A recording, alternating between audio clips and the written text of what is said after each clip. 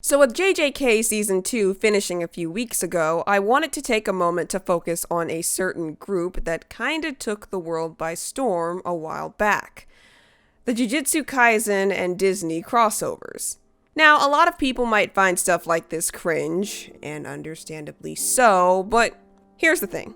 The crossover community is not new. As a kid, I used to watch videos from what are now known as multi-editor projects, also known as MEPs, where people would mask out Disney and DreamWorks characters and put them together with different storylines via music videos. They're actually pretty good and really show just how creative people can be. Some of the most famous editors would include TheNamelessDoll, The Night 130, 2009 Joe Rose, and so on. Now, I'm not going into detail about all these creators, but I'd highly recommend you check them out if you have a chance. I've been following the community for a while, close to 10 years in fact, and while I've never made one myself or have been involved in one of the collaborations, I can say that they've really inspired the way I tell my stories. Heck, they even got me brushing up on my skills in After Effects. That's saying a lot. I'll leave a link in the description to each of their channels so you can look at them because I think that what they've made is actually really impressive. In fact, I might make a video about the subject if requested, but for this video, however, we're going to be doing something a little different. Started by Cloud Strife Simp on October of 2023, the JJK and Disney crossovers took TikTok by storm with characters from the anime being shipped with Disney characters. I've had this idea floating in my head for a while now, and I figured, why not rank them?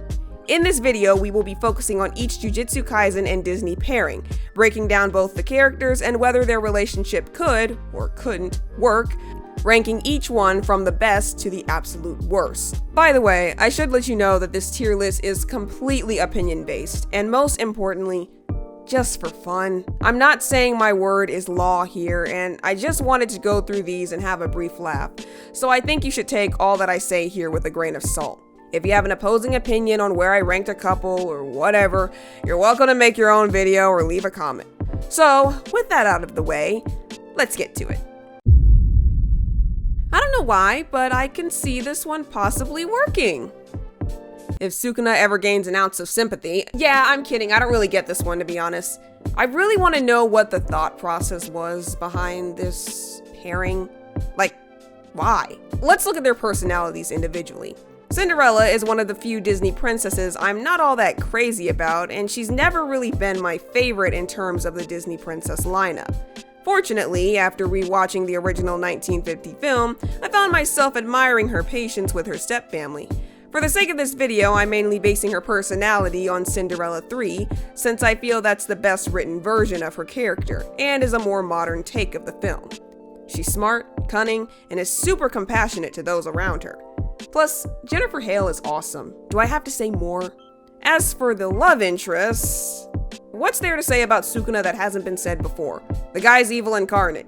Yeah, he's hot and all, but any dude that plays red light, green light with a bunch of random people and a panda while a large meteor is about to approach is clearly off his rocker. I'm guessing that the reason people ship Cindy with Sukuna has to do with the whole abusive stepfamily thing. Basically, they want someone to rescue her from her family, even though she did a pretty good job on her own. I mean, she had to rely on her wits during the third film. She's fine. Plus, I think it's reminiscent of the whole bad boy with a heart of gold thing that you see in a lot of shoujo anime and or young adult fiction in general, where even though they might be a mass murdering psychopath, that Sukuna still has room in his heart, when he's not ripping it out, to love someone. Oh my god, this is so silly. My only issue with that logic is that it forces Sukuna to do a complete 180 on his personality. I'd understand that and let it slide if he was still behaving in his normal fashion. However, I don't think it's possible to write about a psychopath changing his ways without letting the character completely lose the very main thing that made him so alluring in the first place. It's honestly kind of funny how every time I see this show up on my dash, 9 times out of 10 they end up rewriting Sukuna's personality and making him act more like Yuji. I will stand with you between the heavens and the earth. I will tell you where you are. Do you love me? I love you! Your eyes are like sapphires. Gee. That's pretty corny though, huh? If you really love her, you'll let her go. Which begs the question, why not just ship her with Yuji then? Whatever. And no shame to the original artists, by the way. They're doing a bang-up job with their art. Go check them out. I left their names and links in the description. I just think that if we wanted to promote a crossover ship, I do believe there are better ones to go with. Like, I don't mean to be picky because, of course, I do a lot of writing in my pastime, but that's not Sukuna. You really think the guy who did this, or this, or this, would give a shit if someone told him he couldn't have someone? Cinderella has a better chance of being treated well by her stepmother over becoming his lover. I'm well aware that this is the most popular ship with these crossovers since people are apparently still referencing it compared to some of the others, but if there's anything I've learned in my years on this cursed earth, popular doesn't automatically mean good. Again, I get where they're coming from, and again, it's all in good fun, but I don't see it working out in the long run. Not the best, nor the worst, just odd. Trust me, this is not the first time you're gonna hear me say this. I'll give this one a C. I mean, this pairing seems a little more plausible, and I do think they look cute together, but I feel like Megumi looks too similar to Eric. Guess she has a type. But enough about looks. How's their dynamic? Ariel, as everyone knows, is a curious young mermaid who has a very headstrong nature and loves exploring. Again, like Cinderella, she's not my favorite, but I do hold a lot of respect for her, especially since it was because of her and her film that we got the well-known Disney Renaissance. She's observant, curious, and enjoys learning new things about the world around her, particularly the human world, and how they function. Megumi's a pretty stoic guy even when faced with adversity. He's really tactical and introverted, but always steps up to defend his loved ones. Despite being more on the aloof side, he does care a lot about people and puts them above himself, even if he doesn't show it. So how would their relationship work if they were together? Honestly, I can see their personalities balancing each other out pretty well. Because of her curiosity with humans, I can see Ariel being interested in jujitsu sorcerers and the like. The actual line of work might be dangerous, but hey, she fought against an entire sea witch. Twice. So I think she has some understanding of what's in store. Also, considering the fact that Ariel was basically mute for the majority of the film, I do feel like Megumi would be a little more patient with her. After all, he does tend to be a little nicer to girls from what I've seen. My boy drinks that respect women juice daily. So I guess I can kind of see this working out. Plus, her dad's the king of the sea, so he's got backup and inspiration for his shadows. My only issue with this relationship is the fact that Megumi can come across as a little too cold for Ariel's liking. Once again, playing on the trope of the bad boy with the bubbly girl, which can be kind of hit or miss for me, but ultimately, if it's done well, I can dig it. All in all, this one's pretty good and a lot better than I expected. I'll give it an A. Okay, so if you know me, you know I'm not the biggest fan of Frozen. So I'll try to keep my anti-Frozen bias on the sideline and be fair. So again, like with Megumi and Ariel, I can kind of see this one working. Personality-wise, I do think that they can even each other out. For the record, for this argument to work, and as a side note, I'm only going by Elsa's personality in the first movie. I refuse to sit through that dumpster fire of a second film, and you cannot make me. Hence why I'm not going to be using it in terms of my evidence. Okay, so rather starting with Elsa, let's start with Gojo first. Well known as the strongest sorcerer as well as the most popular character in JJK, Gojo is a nonchalant and playful fellow who enjoys the company of others, even if they don't seem to like him as much. Although he does tend to get on other people's nerves with his silly personality, overall Gojo is shown to be very compassionate to those who have had unfortunate upbringings, especially when you consider how rigid his childhood was growing up. However, his cocky demeanor mainly comes from his confidence in his powerful abilities. He's not called the strongest sorcerer for nothing. Elsa, on the other hand, is far more reserved, at least in the beginning of the movie, and tends to keep to herself due to her rough upbringing with her powers and the issues that came with it. However, by the end of the film, she has slowly started to develop into a warm and welcoming person who's also quite fun. Gojo's used to working with people who are somewhat reserved due to past abuse and trauma. A good example would be his warm treatment of Yuta, who was frequently bullied, and Yuji, who had lost his grandfather. As a teacher for Jujutsu High, I can absolutely see him being a lot more patient with Elsa's more reserved personality. Due to Elsa bottling up her feelings, thanks to her shitty parents, I think he'd be the right person to match up with her, both either platonically or romantically, to allow her to loosen up and, well, let it go. Sorry. I also think that considering how reckless Gojo can be sometimes, it would be nice to have another person to balance him out, especially someone who's more responsible with their powers and understands how dangerous they can be when they go awry. Also, considering how his relationship with Geto went, I can see him not wanting the same thing to occur again with someone swirling into another state of depression and going to the dark side. This is not me saying that she would be replacing Geto, but rather that they would have a somewhat similar dynamic. Would have made the parallels even more interesting if Disney had stuck to their guns and made her the villain, like originally, but I digress. Also, considering the fact that he is a jujitsu sorcerer and she has ice powers, it does make this pairing seem more like a power couple in comparison to some of the others. She can handle herself pretty well in a fight, so I do think there's some leverage there. The strongest sorcerer with the Snow Queen? I dig it. Hey, I'm cutting in for a minute, but I should also mention that unlike the rest of the pairings, this one apparently has lore behind it. So, yeah, don't ask me how I figured that out. I only have 2, maybe 3 gripes with the ship. One is, I do think they look too much alike, as if they're brother and sister, and that bothers me personally. It's kind of the same reason I didn't really like Ichigo and Orihime getting together. They just look too similar to me. At least in the anime. Yeah, I know Thousand Year Blood War kind of fixed that, so I guess it doesn't bother me as much, but... 2, I feel like the reason people chose Gojo to ship with Elsa was because they're still not over the whole Jack Frost and Elsa ship. Yes, that was a thing if you didn't know. I remember, I actually shipped them too. And I personally kind of like that one a little more for a number of reasons, even though now that I look at it, they do kind of look similar. Wow, I'm a hypocrite.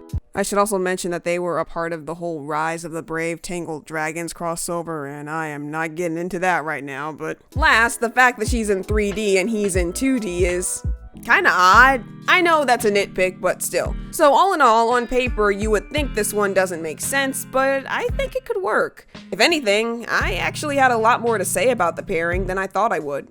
Not perfect, but I'll give it an A. Ugh, okay, let me say this. I don't like Mahito, but I can see this one being kinda entertaining. So, Hades is the quote-unquote calm and collected god of the underworld, who also is a little more on the comic relief side in comparison to the Disney villains on this list, as well as in general. He has an odd sense of humor that's quite twisted, but does still have quite a temper, as he tends to lose his cool at the smallest inconvenience. Mahito, on the other hand, is a curse that enjoys messing with humans and toying with their emotions. He's also the type to mock a person's pain and sees it as a joke. However, despite harboring a playful personality, he has shown that he can be quite manipulative and calm when the need arises. Not to mention, he's kinda sadistic. Hades is a fast talker, so I can see him getting comically frustrated with Mahito's more comedic and carefree personality. However, I can see Mahito being interested in Hades' powers considering that he's, well, the god of the underworld. He's kind of like a twisted version of Ariel where he wants to see how things work, but takes it to the extreme. Not to mention that they both have a sadistic streak that goes through them. I mean, Hades tried to murder a baby, and Mahito manipulated a bullied teen and killed multiple people. Yeah, that's not even scratching the surface when it comes to all the messed up things these guys have done, so I'll leave that to your imagination. The dynamic between the two I'd actually like to see, no doubt. And I don't even like Mahito. But I do think Hades is funny. Both are very dangerous and clever, so I can see them both working off of each other to conspire plans to ruin other people's lives, while, ironically, making us laugh our asses off in the process. I don't really have much to say about this pairing in comparison to everyone else on this list, but I do think this couple could be pretty interesting. I'll give it a B. Yeah, this is another one that doesn't make sense to me, I'm sorry. So, Choso, like Megumi, is a pretty stoic guy. He's quiet and mostly keeps to himself unless someone tries to threaten his brothers. He cares deeply for his family and is willing to put himself on the line to ensure their safety. Aurora, on the other hand, is a sweet individual who is pretty carefree. But I'm gonna be honest, it's a little difficult for me to really say what Aurora's personality is because Well, they barely give her one aside from doing the whole falling asleep shtick. I feel like this pairing is a bit dead on arrival, but I will try! While we do see that Aurora is very sweet and kind towards animals, I can see her carefree attitude being a bit alluring for Choso, especially considering he has no real gripe towards humans, as he did love his human mother apparently. Yeah, and by the way, Choso's half cursed, guys, keep up. Also, considering how important family is for Aurora due to how often she obeys and listens to her aunts the fairies, I can see that being a green flag for Choso, someone who puts the well-being of his family, particularly his brothers, first. Choso, on the other hand, is very interesting with his personality being quite quiet in comparison to Aurora's brighter, quote-unquote, personality or lack thereof. Even though he's half human, I do think that it would be interesting to see how the two interact with each other, considering that he's still kind of learning how to live with and or embrace his human side. After all, he doesn't really have much of a grudge against humans anyway, so it could work. It's just, that's all there really is, and while that's not a bad thing, I do wish there was more to go on in terms of this ship. Ironically, the biggest problem I have with the two isn't with Choso, who's great, it's with Aurora. And I don't think I'm the only one who thinks that. It's really difficult to nail down her personality, especially when most of the film focused on the fairies and Maleficent. And even in more recent stuff when they tried to give her a personality, it didn't really go that well. She's just so boring. I mean, what do we know about her? She's nice. I mean, so was Asha from Wish, and look how well that's working out for her. The only saving grace this couple would have would be the whole exploring Choso's human side that I mentioned earlier, which again has a lot of potential. Unfortunately, I'm gonna have to give this one a C. They had a good starting off point, but in the words of Derek from Swan Princess, what else is there? I never thought I'd be quoting Derek of all people. But alas, moving on. Whew, boy, okay, I can't decide whether this is a good couple or if this is a bad couple, so I'll just stick to my guns and pick the second option. Toji is a more nonchalant kind of guy who tends to be quite calculating despite his supposedly lazy and sarcastic demeanor. Meg, on the other hand, while more snarky and quick-witted, tends to keep to herself due to her past experiences with men. My biggest issue with this pairing is that I feel that Toji's personality would kind of clash with Meg's more sassy thought process. Not to mention that a majority of the reason Meg's personality is the way it is has to do with her negative perceptions and experiences with men from the past. There's also the fact that Toji seems like the kind of person who just wouldn't really care about her.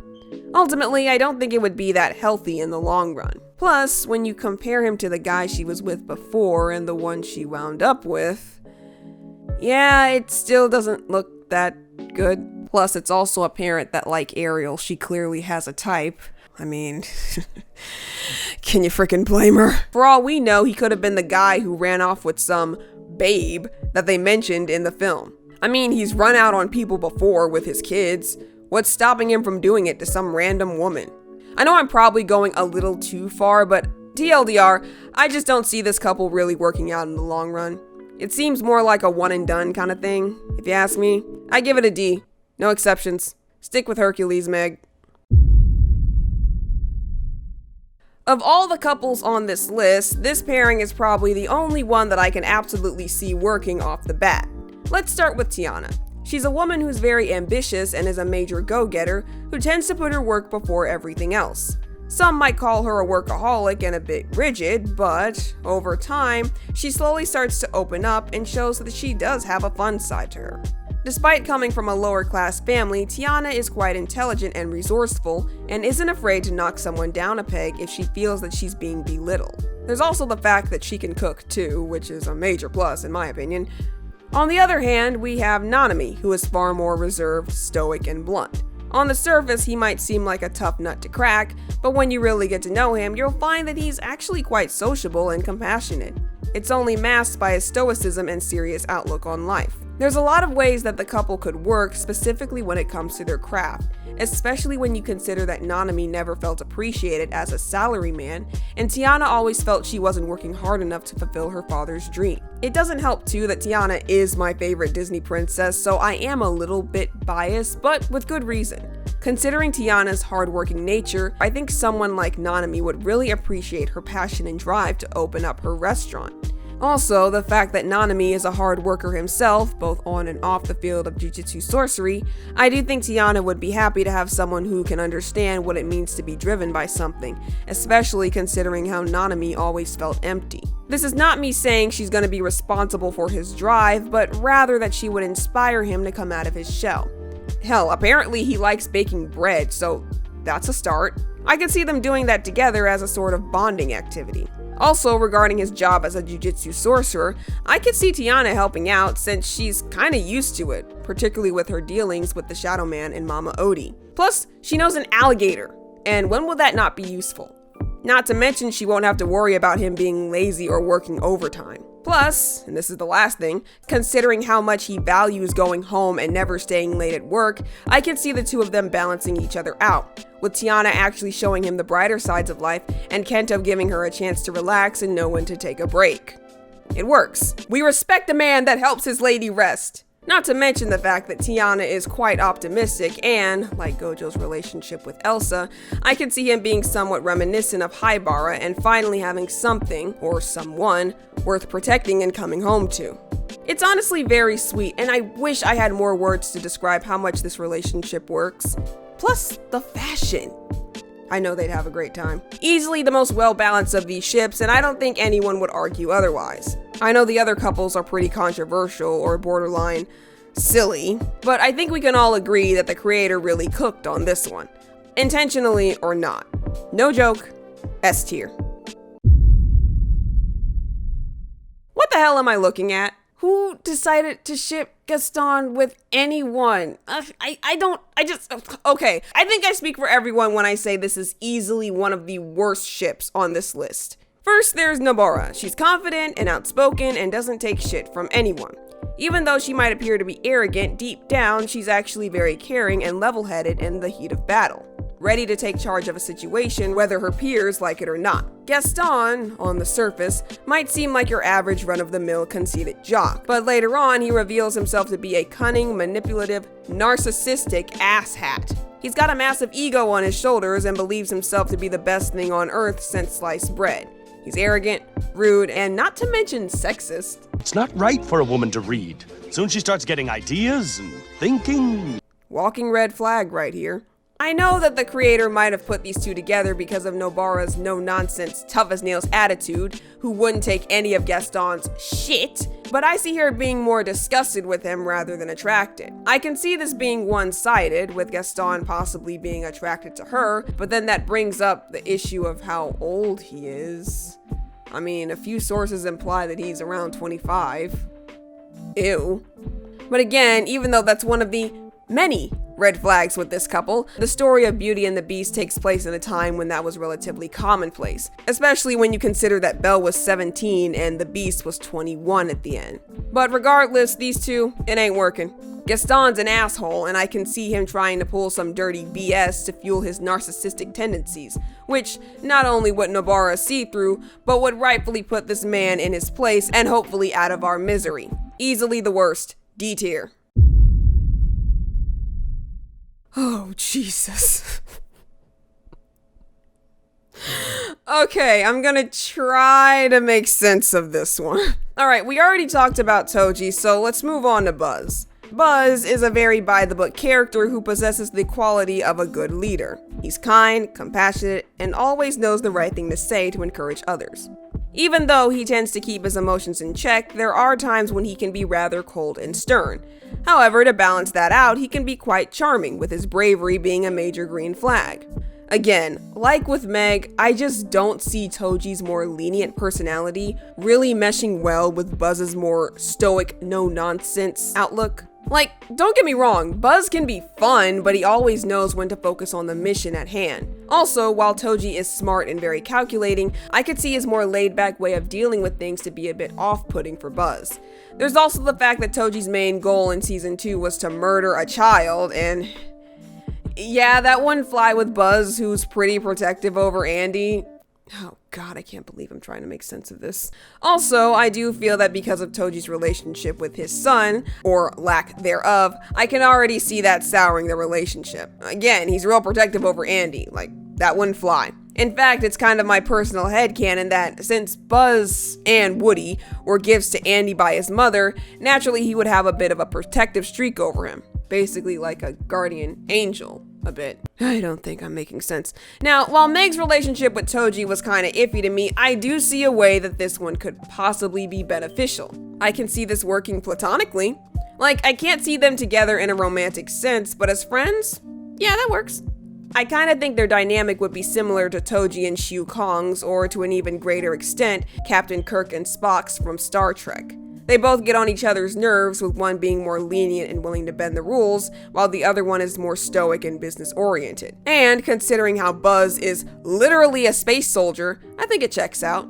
Also, regarding the Jujutsu Killer thing, maybe Buzz can convince him to turn his life around. Or maybe I'm just pushing it. I mean, it kind of worked with Woody. I don't have a choice, Buzz. This is my only chance. To do what, Woody? Watch kids from behind glass and never be loved again? Some life. There's also the fact that one's a literal man and the other's, well, a damn toy. But if we're acting as if Buzz is a real person, which the toy kind of hints, also if we take Lightyear into account, I guess it works. Also, considering how athletic they both were, can you imagine what kind of team that they would have been if they fought together? Like, they would have been unstoppable. Gojo and Geto wouldn't have stood a chance. Easily the weirdest couple, but since it made up for it with the platonic case, I'll give this one a C. I think this one's sweet. Maybe not as compelling to me as Tiana and Nanami's, but I can still see it working. Yuji is a kind and compassionate young man who really cares for people and is all around friendly. Despite sometimes not being the sharpest tool in the shed, Yuji tends to put the needs of others first and will dive in head first to save someone, regardless of how dire the situation is. Rapunzel is a sweet young lady who loves to draw and has a very spirited and outgoing personality. Despite being fearful about the outside world, Rapunzel is ambitious and can push herself past her fears in order to get what she wants. The two of them together are basically like cotton candy, just sweet on top of sweet. But when we really get down to it, since Rapunzel's basically been sheltered her entire life, I could see Yuji having a blast showing her all the things the outside world has to offer. Plus, the fact that she can draw and bake makes me think that they'll have a lot of fun, especially since Yuji also knows how to cook. It might be a little much, but since she's just as energetic and excited as him, I could see it working. I'll be honest, I can kind of see this one working more as a platonic case, kind of like with Toji and Buzz, but I'm not against them as a couple. I mean, when you really get down to it, this is one of the few couples that's actually pretty close in age, now that I think about it, so there's that. However, considering all the manipulation she had to go through with Mother Gothel, I think it would be a breath of fresh air for her to meet someone who didn't want anything from her, nor do they have any secrets to hide. Except maybe Sukuna, but we're treating them like separate entities here, but still, she's got two boyfriends in one. Never mind. Now, regarding the Jujutsu sorcerer angle, I do think they might make a great team, with her hair being a good healing factor for Yuji, who, let's face it, gets his ass whooped on the daily. Plus, since she knows how to swing her weave like a weapon and uses a skillet to fight, I can see her being pretty useful. Like, do you have any idea how heavy a cast iron skillet is? I think she'd be fine with him being a sorcerer, especially since, well, she has magic hair. So I can absolutely see it working. Some cons with this relationship would once again be the age difference, with Yuji being 15 and her being 18, which is why I lean a little more for the platonic angle, but honestly I'm cool either way.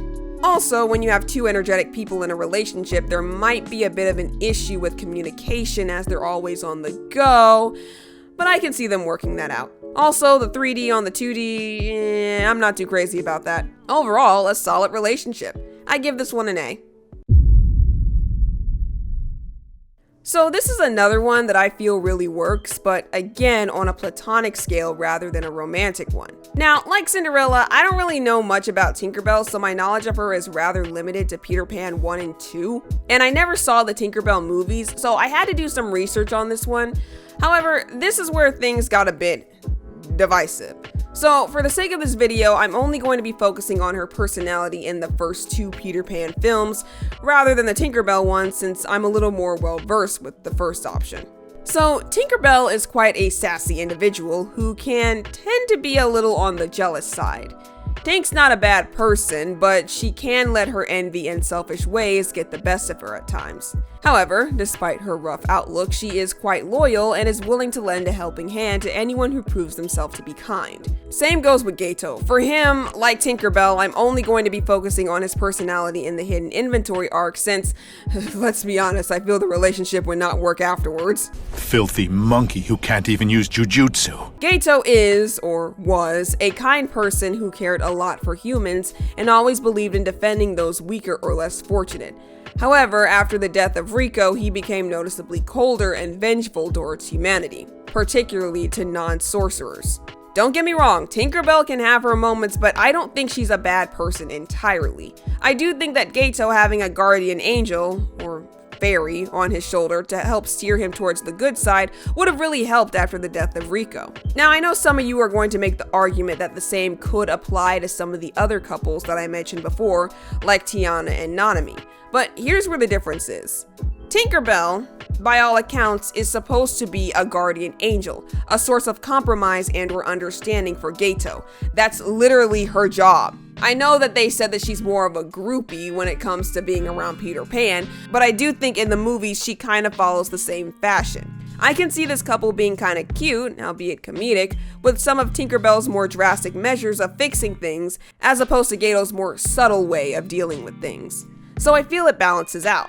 I'm not really certain how the relationship would play out after he joins the sides of the curses, but I can infer one of 2 things. One, she either stays to ensure nothing happens to him and maybe advise against killing certain people, or she probably leaves since she would most likely hate what he's become. Even though the original Peter Pan story was a lot darker, but hey, we're going by the Disney one here. It has the potential to be the most enjoyable and, ironically, the most game-changing out of all the other couples on this list. Now, I know someone is going to bring up the argument about how Toji and Buzz's pairing could probably have the same effect, but the problem there is that since Toji was already killing for a long time, Buzz's attempt, unlike Tinkerbell's, would most likely end in vain since Toji's a full-fledged adult who's already dead set in his ways. Especially considering that Toji is the type of person who's going to do what he wants to do. Now, I'm not saying that people can't change, but the likelihood of it working is relatively low, unlike Geto, who was relatively young when Rico got killed.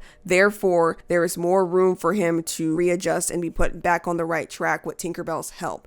But again, that's just my 2 cents. Really good platonic pairing. I'm all for it. S tier. I was actually surprised to see this one show up, but I honestly think, like Nanami and Tiana, it has a pretty stable foundation and is considerably healthy. Let's start with Maki. Maki is one of my favorite characters from Jujutsu Kaisen, as she's a major straight shooter who carries an ambitious attitude. Despite not having any cursed energy, Maki tends to pursue her goals as a sorcerer without the need of anyone's help. Her strong-willed personality can make her a little cold and blunt, with a tinge of a hot-tempered attitude. However, despite her tough exterior, she is shown to be quite fun and nice to those she trusts and respects. Mulan, on the other hand, while also ambitious and independent, is shown to be rather clumsy at times, but makes up for it with a warm-hearted nature and courage. Like Maki, Mulan is very resourceful and intelligent and is able to utilize her surroundings to her advantage. The thing I do find interesting about this relationship is that I can see them both having a mutual respect for each other off the bat. Both of their career decisions revolve around certain issues within their family. Maki's main goal of being a jujutsu sorcerer is to get back at her family due to not having any cursed energy, and Mulan's decision to go into war was made because her family didn't have any boys and her father was too old. I can see them both garnering an understanding of the other's issues while decently balancing each other out. If anything, hot take, I can see this couple maybe having a little more potential than Mulan and Shang. Although Maki can be a little stoic and a bit hot-tempered, and Mulan could be a little lazy at times, I do think that together they would prove to be a power couple that could really take the jujutsu world by storm, be it platonically or romantically. Maki has a very headstrong personality and tends to do a lot of things without needing the help from other people. And I think Mulan would be a good match considering how a lot of her skills that she developed in the army was due to both having to learn, but also by having people help her. Maki could develop and learn that there's no shame in having others help you, and you don't have to do things by yourself all the time. Also, considering that Mulan has a body count and literally took down hundreds of Huns, I can see her having no issue helping Maki out, or understanding what she does for a living. Not to mention, with Mushu and Kriki as a helping hand, I could see this couple going pretty far. Very healthy, very well balanced, S tier. I don't even know what to say to this. Like, does this even count? Like, Mike is Pixar. Well, then again, so was Buzz, but how would this even work? Who carried the baby? Are squids asexual? Are monsters able to change their genders like frogs? You know what, it doesn't matter. D tier. And there we have it. This was odd, but still fun. I'm sure there are some couples I probably miss, so if requested enough, I might go back and rank the others. I do have one more idea that I could do with this list, but I'll wait to let it bake a few minutes before I get to it, because A, I have other projects I want to work on, and B, I want to make sure it's good above all else. So thank you all for watching, and I hope you guys enjoyed this video and got a good laugh out of it. I know I did. If you liked the video, or didn't, feel free to let me know in the comments. Also, if you agree with what I had to say, or didn't agree with certain pairings, or where I ranked them, let me know. Also, don't forget to subscribe. Please. Do you know how much I went through to do this thing? Do you know how many brain cells I sacrificed to get this video done? You know what, do you? Now, if you excuse me, I'm going to take a nap.